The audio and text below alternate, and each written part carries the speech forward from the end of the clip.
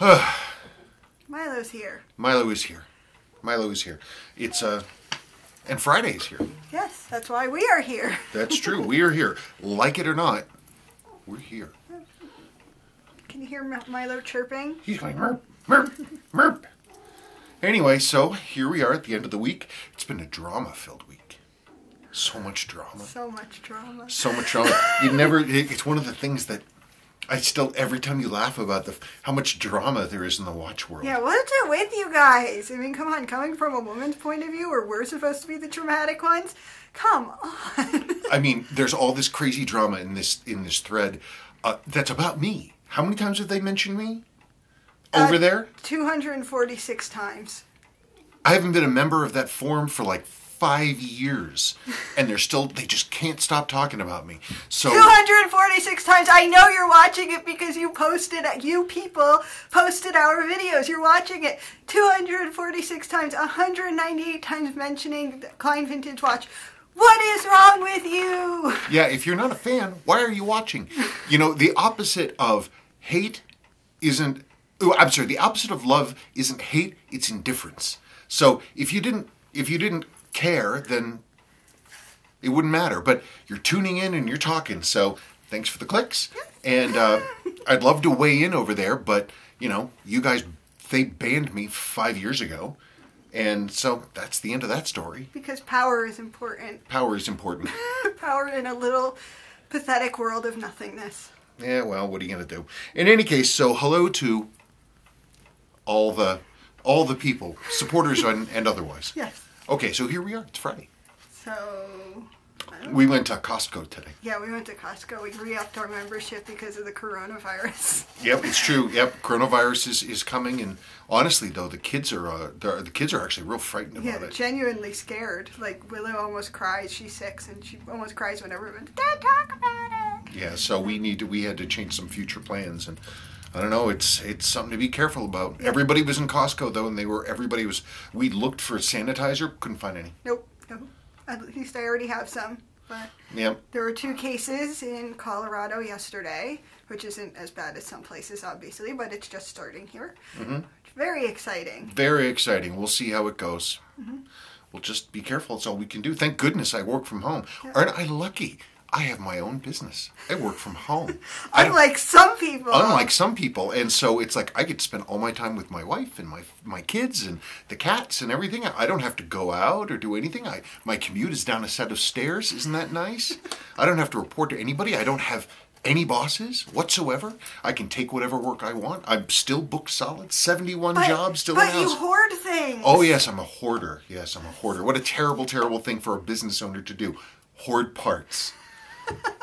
Okay. Anyway, we should do wrist check now. Oh, let's do wrist check. Yes, that's a good idea. Okay, well, it's wrist check time. Oh my goodness. Oh no. I am wearing my sub because the date was close enough that it wasn't annoying to change it. It needs to get cleaned off a little because I bumped the wall. That's okay, I can polish that. Mm. And I am wearing the Hong Kong Sua.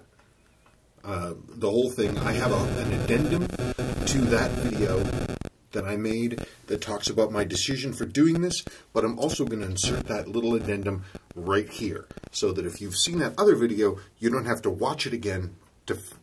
Unless you want to. Unless you really want to. So anyway, there it is. The Hong Kong Sua. So last night it's the next morning. Last night I had real trouble sleeping. I was awake for hours and hours in the middle of the night and worrying about this and other things. And I'm like, whether I'm doing the right thing by the watch or not. I'm all about preservation. I want to preserve history as much as possible, which was my impulse for trying to put things back to the way they might have been. And then it occurred to me a few things. One, it's just a watch case. 2, we're all going to die of coronavirus here any minute anyway, and that it's not that big of a deal. But the third thing, it occurred to me, I'm like, okay, these innards did not originally go with this case, but they have been in that case, I would imagine, probably for decades, maybe 30 years, who knows? They've been in there for a long, long time. So I said, you know what? There are bigger things to worry about. Screw it. So I put this movement dial and hands back into the service case. The only thing I did is I used another case back, and I'm going to preserve the original case back. So we know the history. We know everything about it. This will never get separated from that case. And there it is, and it's done. And it's nice. I did change the day wheel because, I don't know, I just felt like doing that. I had actually gone back in and I changed the day wheel to kanji, and I also put in a 6306 hacking lever, so it actually, it hacks. It's my watch and I'll wear it, and those are the things I like. I like hacking. And I have those parts. I have that day wheel, and it'll stay with this too. So I have it all together.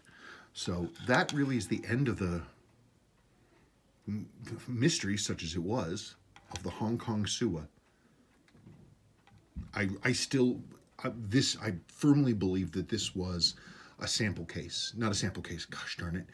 A service case. This is a replacement case. Seiko still makes them to this day. Like, you can order complete replacement cases. It's a line item. Seiko has always done it. So that's what this is. It's a service case, a replacement piece. I don't know what happened before, but you know, they got put together decades ago, and that's the end of it. You may be wondering about this. So one of the things that sort of made this possible, like I said, I couldn't sleep because I was worrying about this stuff and coronavirus and all this other political crap. And I said, well, you know, though, this poor gentleman's watch, this guy that I bought from this guy so long ago, it'd be nice to bring this back. And so there I was in the O Dark 30, and I'm digging through everything I have, all the stuff I got from, you know, the old watchsmith here in town and all these other things and boxes of things that I packed away and since forgotten about.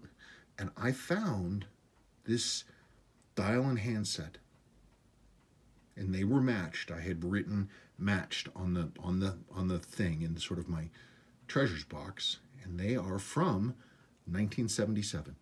So this 1977 watch is back, and it's with a set of dial and hands that are completely original, and they're a little grayed out, but they match the case. So that's actually, I think, the better option. And when I found these, then I felt a lot better about this. So then I redid everything, and here we are. There that is.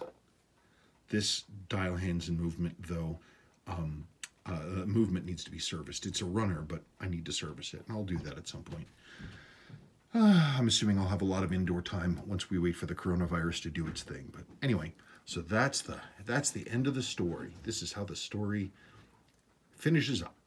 It's all back together as it was, except for the day wheel, and there it is. I hope that's a more satisfying ending than what we had before. I'd like to think so. Anyway, I'll wear it now. So that's the end of it. Anyway, so there's the wrist check, and there's the addendum on the video on the service case, the replacement case. I don't know why that one got everybody knickers so in a twist, but they're like, it's like, I don't know, it's like... It's just a thing. It is just a thing. I don't know, some people were like, oh, it basically, like, it belongs to the community. That was the sense that I got. It doesn't belong to the community. It belongs to you. Belongs to me. It was on eBay. Anybody could have bought it. I happened to. Sorry, I don't want to rub people the wrong way. I don't want to leave a bad taste in people's mouths. Any case, I'm not laughing at anybody, but it's like... I am! But it's just like, dude, it's just stuff. And we're a business. We own stuff. People flip stuff. It either sells or it doesn't. If the price is too high, then it doesn't sell. If it does sell, then somebody felt the price was fair, and there we are. But it didn't sell at all. It's on my wrist right now.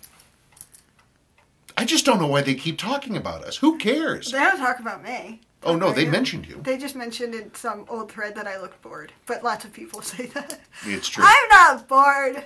I'm just don't have any... I can't talk over you, and I can't talk without any authority on anything. You can talk with all kinds of authority. Not on And watch you can talk stuff. over me whenever you want. Not with watch stuff, and that's all people care about, obviously. That's why they're here.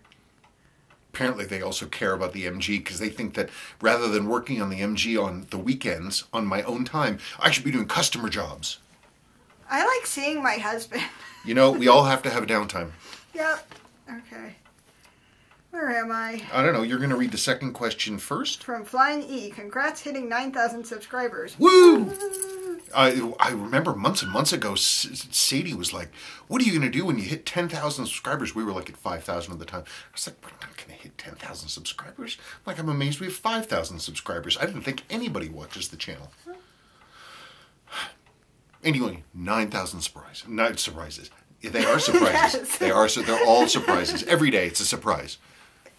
Is it turned up at all? No, it's up to 10. Okay. Whatever. When we hit 10,000, if we do, we're getting a cake. That's a big thing. From Nothing But Cakes. Who's that? Oh, God, I thought it was Sadie for a second. No, it's someone with some attitude. Yeah, she definitely got some attitude.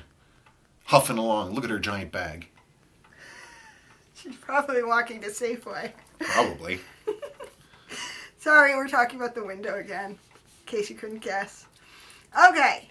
Hi, Spencer and Sabrina. Here is a question for the Friday mail call. I have several Chinese and micro-brand watches that are either Seiko's NH3536 movements or Citizen's Miyota 8200 series movements. What is your opinion on Miyota movements? How do these movements compare with the NH3536 movement?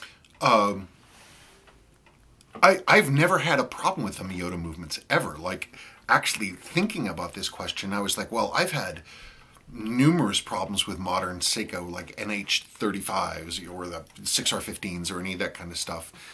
And I've never run across a Miyota manual, like automatic analog watch that gave me any troubles. Everyone that's ever come in was a solid runner, clean numbers, sustained amplitude, never needed anything. I've been very impressed with them.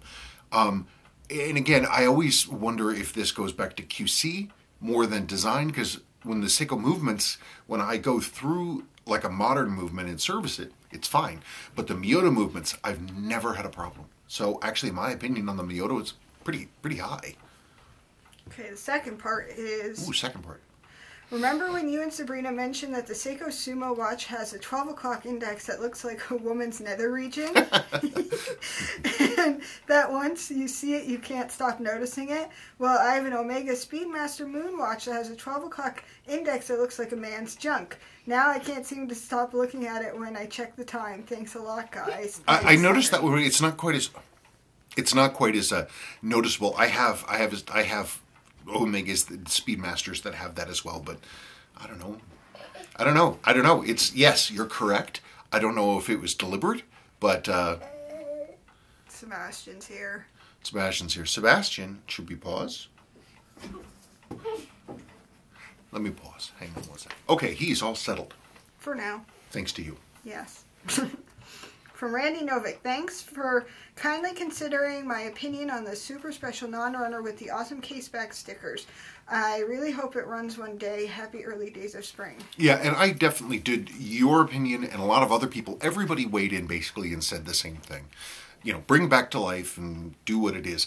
I got kind of caught up in the idea that it was two separate things, and like I said in the segment, it's just a watch. Who cares? And it's been together for probably 30 years, you know, granted in some watchmaker's drawer, but, you know, whatever. What the heck? Why not? So it is together. The case back is preserved. There it is. From Rob Priest, what makes the C special? I have just bought my first 6119 and it is a C. Loving your videos, a master at work. That's very nice of you to say thank you. The A's had only a single language day, and they had no quick set for the day. So you got into that with the B, especially the C's. They swapped to that almost immediately, and it was having the dual language day wheels was a big point, to the point that Seiko actually had a promotional hang tag on everything that was basically, it was the dual language day. It had a little wheel that you could turn and see the dual language. So it was a quick set for that dual language and the fact that it had dual language at all, really. And so, but beyond that, they're really the same. The only other difference is that the A's, the oscillating weight had two small offset screws holding the weight to the framework rather than what they did later, which is one big screw right into the middle of it. From Dan Lazar. Nice. Do you ever worry about running out of replacement parts? Always. That's why you're a hoarder. That is why I'm a hoarder. But, and it's also why, I mean, that's why stuff sits here. People write and they say, hey, can you sell me this part or that part? I'm not a parts seller. I don't have, actually, of the parts that are important, I don't have a lot. But I don't worry as much as I used to for a few reasons. One, you can find a lot more stuff on eBay. People are coming up with all kinds of, like, you know, caches of stuff, you know, old service centers, watchmaker stuff. It's much easier to find things than it used to be. Well, the old watchmakers must be clocking out. Yeah. No pun intended. Arc. The other thing is that a lot of the parts that I am concerned about, I can now repair. There's a lot more repair stuff that I've been able to do than I was back at the very beginning. So that makes it easier. If I don't have to replace a part, great. That's my goal, is to not have to replace parts if I can get away with it, just to repair what's in there. From Andre Henry. Hi, Spencer and Sabrina. Thanks for all the wonderful videos over the years. I was told by another Omega collector that it is often cheaper to buy a complete bracelet than to buy links. Omega has old stock bracelets and you can take the links off and possibly even resell the rest of the bracelet. Have a great weekend. Do me a favor. If you have a link to that, please let me know. I'd definitely be interested in looking at that. If you have that information, that would be really helpful. Thank you. From Blake CM05. I have recently inherited... Milo's licking me. Why is he licking me? He loves you. He's a weirdo. I recently inherited a 6105 from my father. He said he bought it in 1973-ish. The dial and loom are in good shape as far as I can tell. I mean, the loom will shine for a few minutes after being exposed to a black light for a few seconds. There is not really much corrosion on the dial or hands. Should I risk a crown replacement? The crystal is also in much better shape than this watch. Well, the crystal, if your crystal's in good shape, great. What tends to happen with those is that they just get scratched on the top, but the bottom edges, the frosted edges that seat into the L profile crystal gasket are fine. So it's usually an aesthetic thing more than anything else. As for a new crown, I'm not aware of any new crowns made that are a direct swap. There are replacement crowns aftermarket that are made now that look great from the outside, but internally they're wrong. And so in order to use them, you actually have to grind down the tube on the case, and there's no way to reverse that. So I would just either, I wouldn't do anything with it, I would leave it be, or I would, wow. I'm sorry, I'm looking at the volume thing. It keeps turning red. That's wild. I thought you were thinking really hard. I'm always thinking hard. Got to get a good run up before a thought comes out. But either don't do anything with it, keep it safe and dry, or send it to somebody who can do the case rebuild to take your original crown and rebuild the case. From Julie Hill, both Klein Omegas are awesome. My wrist check, 7548 7000 on Uncle Seiko GL831. What a watch, what a strap. He did a great job recreating those straps. I mean, he really did. My hat is off to him for a wonderful job. And it's very hard to beat a 7548. They're a fantastic tool watch. From Robert Ilsley, fascinating video on the 6309 service case. I found the entire video fascinating, especially watching you take the movement apart. He's playing with a canning pot outside. Okay. Anyway, I know that I could never do that type of work, but God bless you for having such amazing skills. Very amazing that you determined that the case was a service case. I'm sure that was pretty blown away at the exact moment that the light bulb went off in your head. The rarity of that piece is quite unusual. Quick question, doubt whether you will remember, but was wondering if you jeweled the mainspring arbor port on the 6309-7049 that I bought from you some years ago when you serviced it. Just curious since you seem to mention it a lot when you work on these divers. Also, one final question. How did Sebastian make out with the dirty underwear? I don't remember what happened. I don't know. He always has dirty underwear. He just appeared and was talking about it. Oh, I really had to chuckle when he said that. Kids can be really funny out of the mouth of babes. Thanks again for a very interesting video. Take care and God bless, Bob. Bob, I don't remember about your 6309. I'd have to go and dig out that paperwork. It's all electronic and it's on an old external hard drive. But I do have the information on an old invoice, and I would list everything that I did to your watch. I don't remember off the top of my head. I'd be flabbergasted if I didn't. I don't know. No idea. Yeah, looking at the service case, for me, it was when I popped the rotating ring off, and I saw that the rotating ring gasket looked like it was brand new, and that there was no wear at all to the surface underneath that rotating ring. I can't ever remember seeing perfectly intact circular machining lines under that. I've never seen that before. So it is what it is. I mean, the case hadn't even had spring bars fitted. It was just bananas. Oh well. From A. Feckery. I'm curious about the view out of the window looks like. There seems to always be some action going on out there in every video. And about the sticker watch, I say preserve it, get it up and running, look at the year behind the dial, but keep it unworn as a museum piece. Well, I'm wearing it now. So that I took your advice, but I'm going a different way. But anyway, there it is, right there. As for our window, we live by main-ish road, and so people are always driving by or walking by, and the grocery store's down the street. And there's elementary school that way, and a junior high that way. Yeah, so and there's students that live around here for the university. Yes, so it's always interesting. Yep. Especially when you have girls stomping down the street with their giant bags. Yep, huffing down the street, clomping down the Though street. apparently there was like police down our street, the quiet side of our street. There were police down there for like violent assault and harassment. We didn't even 2 notice. nights in a row. One night it was during dinner time apparently, and there were 7 cops down the street, but we didn't notice. No, so apparently we have crazy people down the road. We fail at being nosy. Yep. From Salbrook, I swear I have seen 2 things about the Arnie reissue LCD screen 5-year replacement. One, that the original Arnie had the same advice in their manual. I was wondering that. I heard that.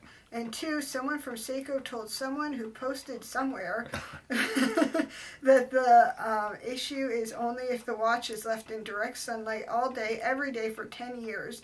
I have a Timex Marathon 100 digital LCD watch that I bought new in the mid-'80s. Display is just as bright and legible as it was 35 years ago. And a lot of the old Seikos that I have, the oldest Seiko LCDs, they're perfectly bright. Yes, some are faded. But typically when I see them faded, the rest of the watch is pretty beaten too. But if they're in good condition, they tend to be, and water never got in, they tend to fire right up. From Nacho Valenti. Hi, Spencer and Sabrina. I had the same Omega and my older brother also had it. I would like to ask you if you have had or have heard of any issues with the start button of the chronometer. Since I had it for several times, yes, and my brother also, and I don't know if we had bad luck or it's something habitual. After 2 changes of the button and the subsequent invoices, I hardly use it for fear it will break again. Thank you very much in advance, and thanks for your fantastic videos. That's a real interesting question. The watch has a 7751 movement. It's basically a 7750 chronograph movement. And they're very work-like and truck-like. I've never experienced that problem myself. That top button, you're clicking it on and off.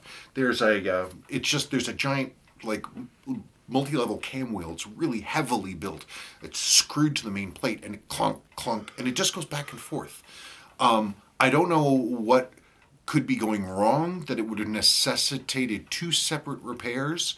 I've never heard of that failing happening. They're very strongly built. I've never personally ever run into a Valju 7750, what is 7751, that has problems like that. I would need to know what the failure was to understand what the issue was. I mean, there's other things around that, like there's not just the cam, but there's spring levers that interact with the cam, and those have to be in the right place. There's a number of things that are around that have to be in the right place, and if they're popping out, then it won't work correctly. They're a little tightly nested, but I'd have to know what the failure was. But my feeling is that it's unusual. Though what you're talking about something else is wrong. Yes, Milo. What? He's gently squeaking at me. Squeak. From Gustavo Acosta. I have a 6117 World Time from 1970, but I need the inner ring. I put this question on here because I happened to be looking on eBay. I saw one. Somebody's got one. I think they're in, it's a seller in Spain or France, but they're selling on eBay US, ebay.com, and they have them. So, like I said, these parts are becoming, we're sort of entering not a golden age, but things are easier because more parts are available because people know that they're worth money. Anyway, I did see one. He keeps staring at me. I know. He's trying to mind meld with you. I know, but I don't know what he wants. Love. Well, if I pick him up, he'll fart on me. It's true. From Rick. Hi again. You might remember a few weeks ago I bragged about the performance of my 6R15D. I put it on a time grapher again. It did pretty well, but not as well as I'd said. Well, I tested it again after wearing it a couple of days and it was back up above 300 amplitude. I made sure I had the lift angle right on 53, right? Yes. I took a picture to prove it. Please pardon the messy desk. No, that's fine. You should see my desk. Let's test it again. That's great news. I want to see. If you're bored, I mean, keep checking it and see how it is. You can keep a log if you're really curious. I'd be curious to see a log of day-to-day accuracy as well, pluses and minuses and gains, and as well as the recorded amplitude. If you really want to give us some data points to look at, that'd be neat. From Spencer Braithwaite. Gosh, that MK40 looks nice on a strap. I just got an Elgin Just watch with a 554 movement, same as the famous A11, made between 1940 and 1951. What do you think of these older American watches? Oh, and you mentioned your stapler. I have an Ace liner from the 50s that works better than any modern stapler. The stapler that we have, I found. I'll go get the stapler. The stapler I have, I got in the early 90s. I found it in an abandoned utility closet in what had been a retirement home. It's got the service contact number on the bottom, is an old 4-digit number. You need to call Tabor 0353 if you want parts for your Bostitch stapler. Say, look at this thing. It's got this crackle enamel finish, and it's an unusual thing. It like loads in the front, spring loaded. It's fantastic. It every now and then it'll double jam, but pretty rarely. It's an astonishing piece. Bakelite pusher on the top. Bostitch Sales and Services, right down there in Denver. Anyway, I liberated it, and here it is to this day. Used almost every day.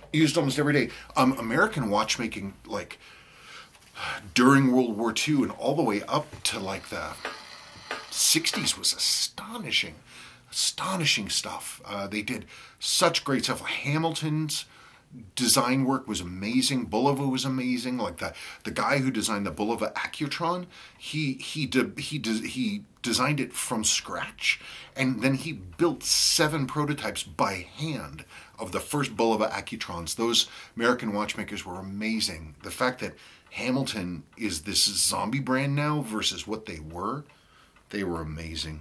They were amazing. Yeah, I mean, if you're ever bored, look at the Hamilton 917 or 921 or 923 movements. They're pocket watch movements, but the quality is just fantastic. They're just great. They're beautiful. I'm listening for Sebastian. I hear a car. Go ahead. Let me just look out the window. I can read. Todd S. Hey guys, thanks for the video with the Sebastian cameo. Two things. Would be better to try to dye the 6139 inner bezel first to keep it authentic. I've tried it. I don't know what kind of dye would work. I wish I understood what was happening during the process of oxidation. Because the UV clearly is breaking down the plastic in some way. I don't know if there's a way to reverse that because the plastic itself is changing. It has sort of a dusty surface to it rather than smooth. So it changes the plastic. I don't know. I wish. Plastic dyes, I don't know that much about. And this is talking about the rarest watch I'd seen, which was the Teal Sunrise JDM 6139. One of the Teal Sunrise JDM 6139s was just on eBay and sold for $2,800. Wow. Yeah, wow. What the heck is going on? It's telling me that my package was delivered. Huh. That scared me. Sebastian's busy dumping sand on his pants. Good thing bath night is tonight. Yep. From John Boy of Alaska. Okay, my turn to chime in on the watch everyone is giving advice about. Fix up the guts and leave the sticker on the case back. Another question. Can you give a quick demo on what kind and how much grease to put on the auto winding barrel? I've done it twice with no luck so far. Just didn't get it right on a couple older Swiss movements, and the watches are sitting waiting. Still not winding right for me to spend more time on them. I have a 6119 I want to try with. Thanks in advance and always keep up the good work. I don't understand. I mean, mainsprings, what's happening that you say that it's not working? There are pretty specific instructions for how to lubricate a mainspring barrel where the braking, where the bridle is. So I guess it'd be nice if you could tell me what the watch is, what makes you say, hey, I did this mainspring barrel wrong. Tell me that. From Tom N. Spencer, you could put a display back on the transition watch and seal the sticker on the original back and keep it together with the watch. Sabrina, the Zenith, whatever, remote control became known as a clicker because it's of the sound it made, a nickname for the remote control of its day. While details are scarce, I've read that the Zenith Electronics bought the Zenith Watch Co. in the 1970s in order to get into the quartz watch boom. During the time, corporate management ordered plans and tooling for the El Primero be destroyed since, of course, mechanical watches were dead. It was through the foresight of a Swiss Zenith employee who hid these items and the El Primero survived. Yeah, it's an amazing story. That's pretty cool. Yeah, that's one of the reasons that someday I'd really like to get an El Primero, because they're a purpose-built chronograph movement that is unlike anything else that we've ever owned. And yeah, the guy was ordered. He's like, we're never gonna make this movement again because quartz is everything now. We don't need any of this tooling. Destroy everything. And the guy took everything and he went up into the rafters in the attic in the factory and put it all on, basically on a set of makeshift shelves, carefully labeled with what they were. Oh. And so when the time came, they were like, hey, man, I wish we had the tooling, because creating tooling is a real pain in the butt. That's really, really hard to do. And the guy was like, got it right up there. And that's why the Zenith El Primero exists today. I'd love to get my hands on one. Okay. From Charles Gillingham. Hi, SNS. Further to my email communication with you, can you do an explanation about corrosion under the crystal retaining spring on the 6306? I have seen many that are far gone, but what happens if it cracks? You might not know when it happens, but surely the integrity is gone, no? Yeah, oh, absolutely. What he's talking about is the crystal retaining ring on the 6309 or 7548. There are a number of different models. 6105 uses the same thing. It's a snap-on ring on the top of the case. I guess, sure, I'll put in a little, I'll do a quickie video. So here's a representative case. This is a 7548 slim case or 7549 or whatever. And this one has some corrosion. You can see the corrosion underneath here. So I don't know what I'm going to find. It's going to be a total mystery, and we're going to find out together. You can see there's the cutout right there. I can feel it coming. There it goes. Ooh, yee. Yikes. Oh, okay. But even with that, see all that corrosion, right? There's going to be a good amount of pitting under there. There really is. But all that this, hang on. Darn it. There. Okay. Sorry about that. Ow. Just stuck myself.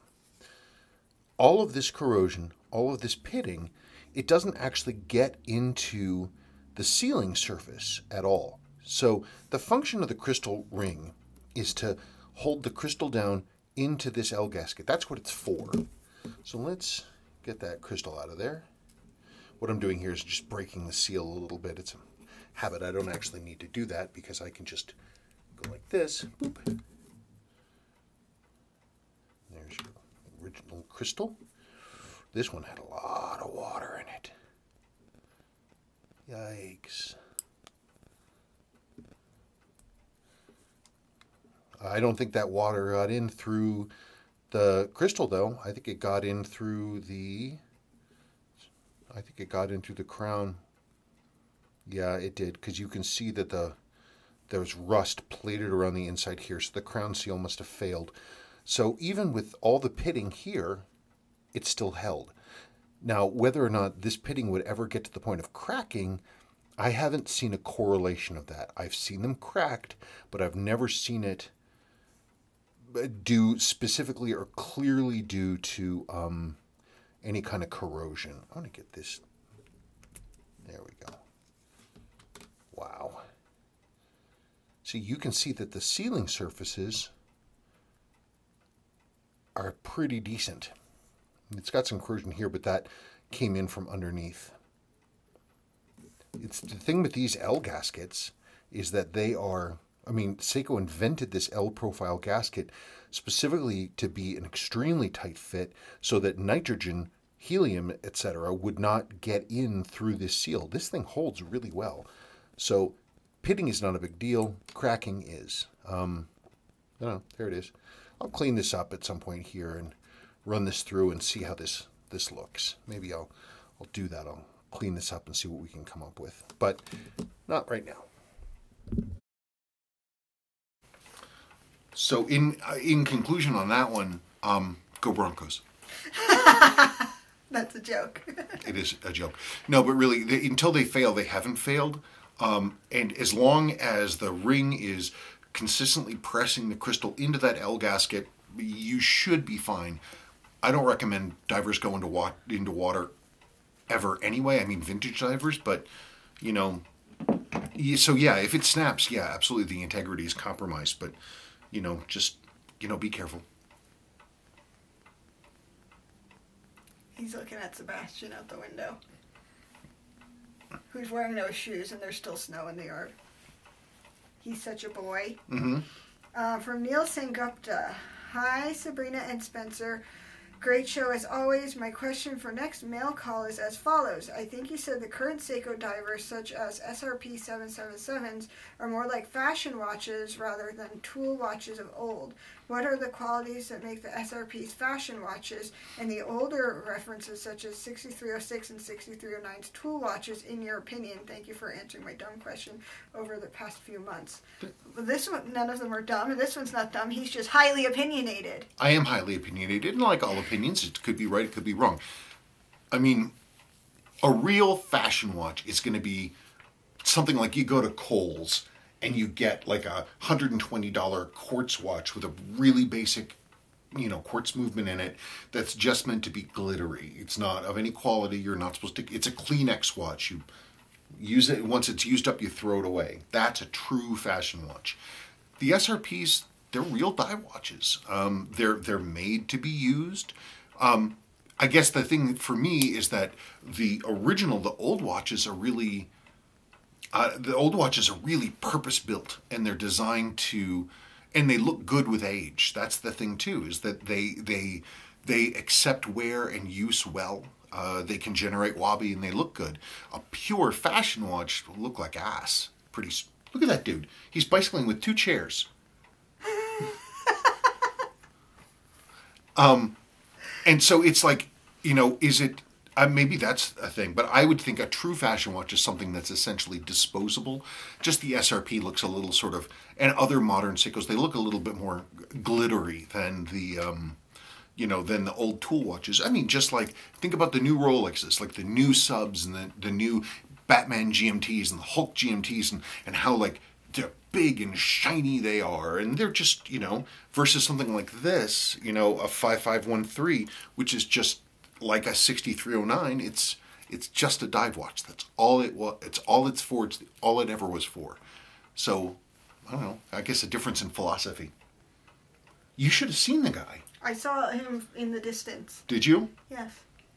Nobody remembers that song anymore. What? In the distance, sorry. Never mind. Go on. It's something I have in my head whenever anybody says in the distance. What the... Is he doing that song? I don't She's Going the Distance? No. Oh, then I don't know what you're talking about. In the distance, there is clarity, is the line. Basically, don't worry about all the bad things that are happening. And everything's going to work out and turn out just fine because someone has a plan.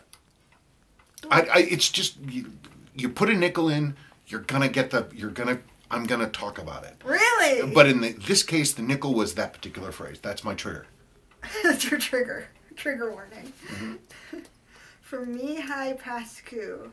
Hi, Spencer. What would cause a watch to run pretty good 10 seconds a day when it just sits but crazy slow 30 minutes a day when you wear it for a day? I don't have a time grapher. Watch is a 60 Citizen with a 5000 series movement. Thank you.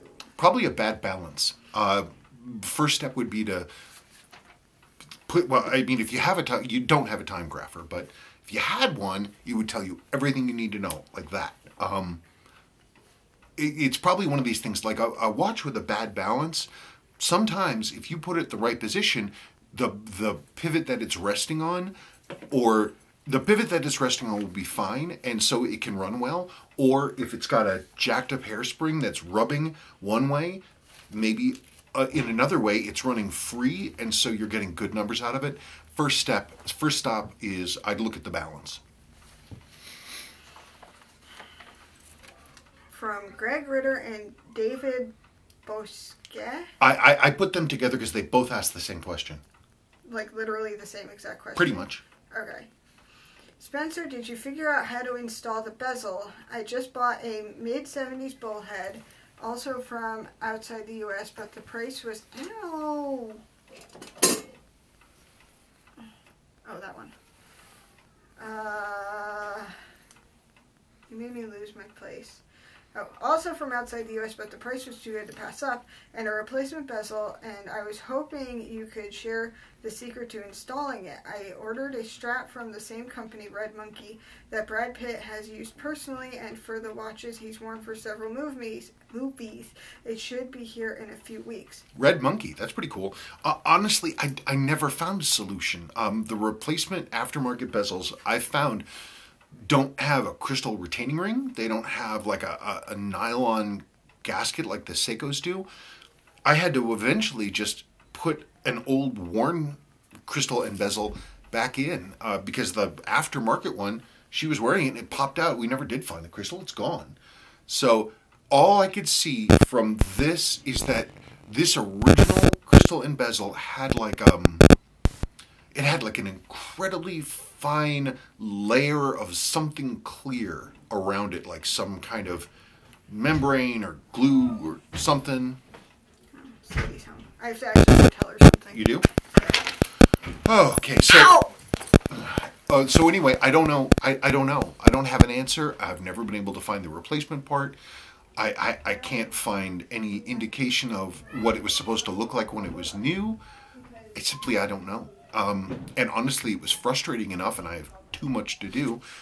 I just punted, and Sabrina left this thing down here because I found another movement that is in much better condition than this one that I need to service so I can put this watch together and have it be reliable for her. Because currently, I wouldn't really call it reliable. From Aaron Pederini. Astonishing video. I would have no idea what to do with a service case. Seiko should buy it back for their records. As a side note, I just got accepted into grad school. Hey, congratulations. Any tips on how to celebrate, watch related or not? I don't know, how would you celebrate such a life-changing event? I guess you just do a thing that you haven't done that you want to do. Okay. I don't know. I don't like telling people what to do. Don't go ziplining. No, don't. That's scary. Very scary. Don't do that. Well, what watch should he get? I don't know that he's gotten any watch. Well, then what would you recommend? I don't know. What watch are you missing? I always say 007 as my default setting. Yeah, 007's good. But it's always time for like a higher end, like, not tool watch, but like a nice dress watch. Something really classy that can be used in a bunch of different situations. Like an old Omega 550, old Omega Seamaster. Those are really nice. They're nice old watches. Depends on what your money is. Who knows? That's why I say 007. They're great. He may have one. From DGZ. Hey, Spencer and Sabrina, I really enjoy these Friday Q&As. They're becoming a weekend listen. Thank you guys for the time. You partially answered my question about, I guess it's a Zenith Rainbow, but I was referring to the reference 530370400. I think it's different from the one you mentioned in the video because you mentioned it was a flyback. By the way, what is a flyback? That's a good question. Mm-hmm. I've heard the Zenith Caliber 400 were similar to the movements used in some Rolex Daytonas from the 90s. We appreciate the work you put in these videos. Very helpful and informative. Have a great weekend. I actually have that watch up in a tab on the computer if you're bored. It's that watch. It's just a different colorway.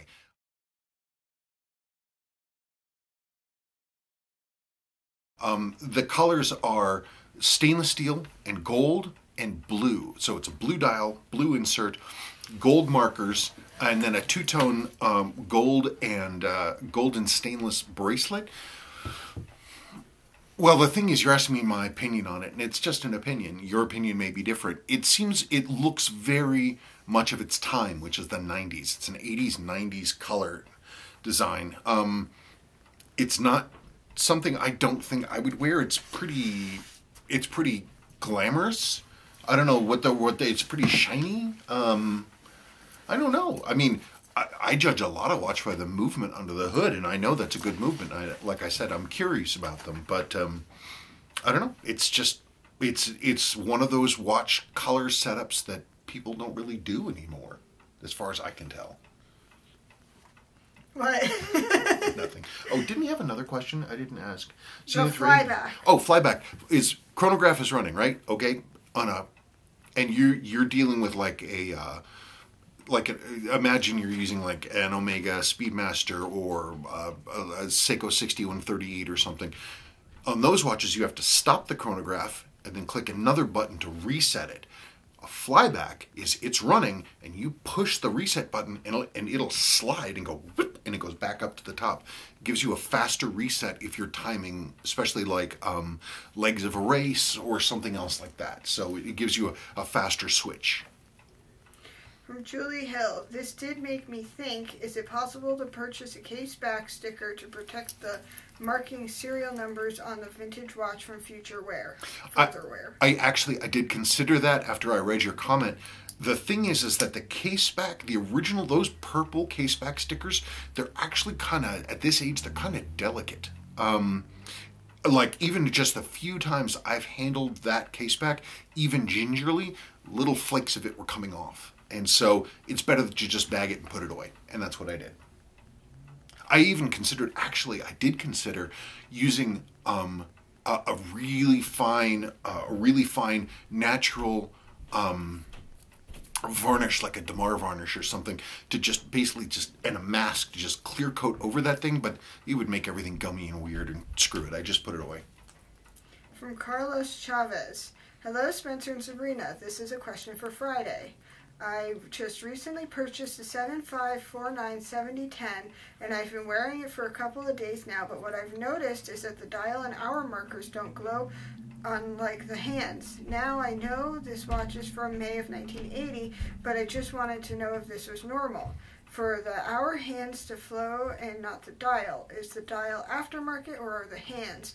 Or is it normal for this to happen? Let me know. Thank you. This is a correction to my previous question. Oh, so he wrote 2 comments. That was first comment. Now he's saying, oh wait, I have a correction to my thing.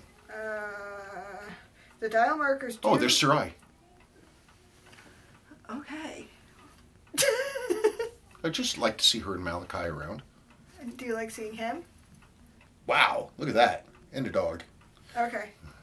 This is a correction to my previous question. The dial markers do glow just a bit, but the handset outglows the dial markers. It's a handset aftermarket. It's not a crazy loom, but it's noticeable that the hands outglow the hour markers.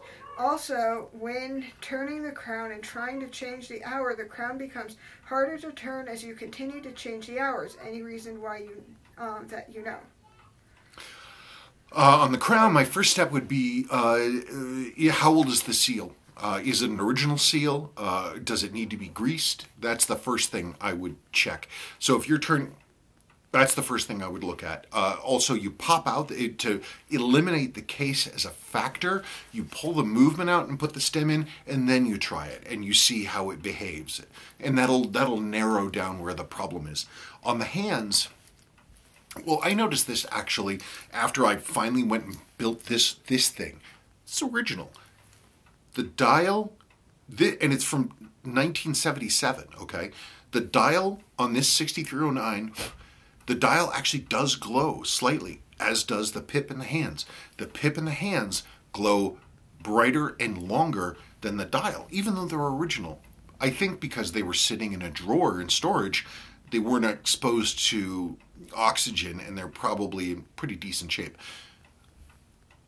It's hard to tell if they're aftermarket or not because excellent aftermarkets exist of those hands, but I think they glow like crazy. There's kind of no way to tell unless the glow is like, burning the pattern of your retinas onto the back of your eyes, but I don't know, I have to see. I mean, how long does the glow last? That's the big question.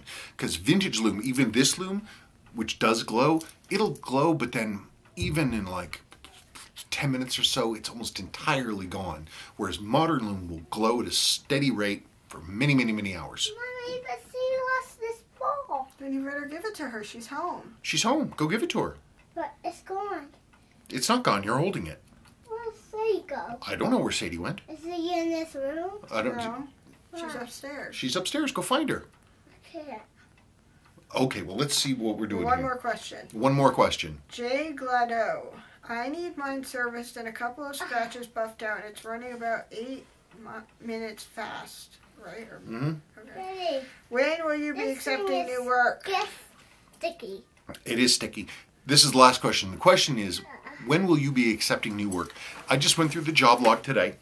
I have not accepted a new job since January 2019. At that point, I had nearly 200 jobs in-house, physical jobs. I had been getting like more than 10 jobs a week, literally boxes and boxes and boxes. So I haven't taken a new job for over a year. I am still 70, I just counted today, I'm 71 jobs deep.